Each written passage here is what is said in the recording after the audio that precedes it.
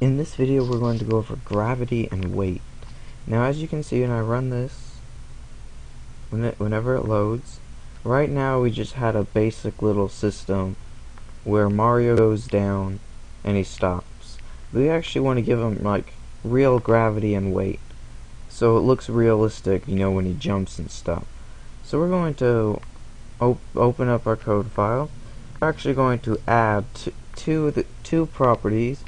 This dot gravity, I'm going to by default set the gravity and weight to 0. Now what I want to do is I want to go up here and I want to change this to player dot gravity equals, let's say, 20, then player dot weight equals 0.1. Your weight's always going to be something rather small. Now for our main loop, in logic, I'm going to say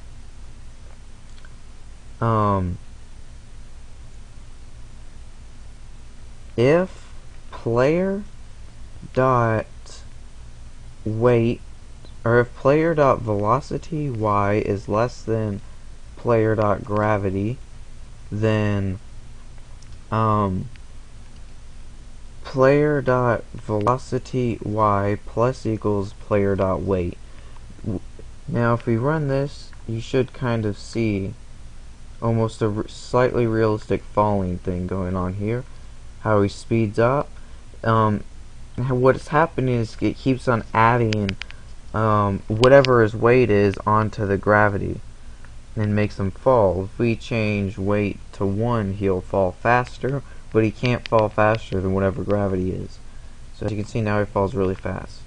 I'm just going to stick with 0.1 for now. But now when he collides with the block, it still forces his velocity y, so he stops. His velocity y to 0, so he stops. I want to change this function a bit, because as you can see, if I move my head at the bottom of the block, I stop.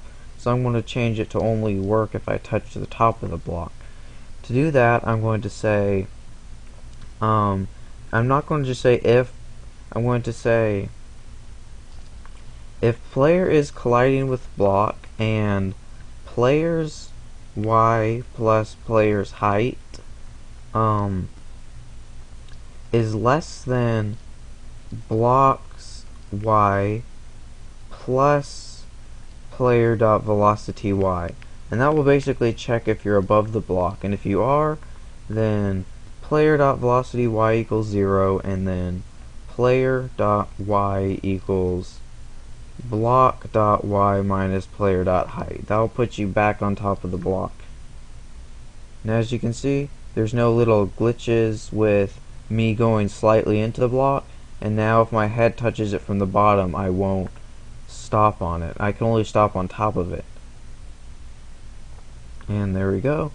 And now what I'm going to do is make a basic jump function. And so I'm going to add some variables. Var is space equals false.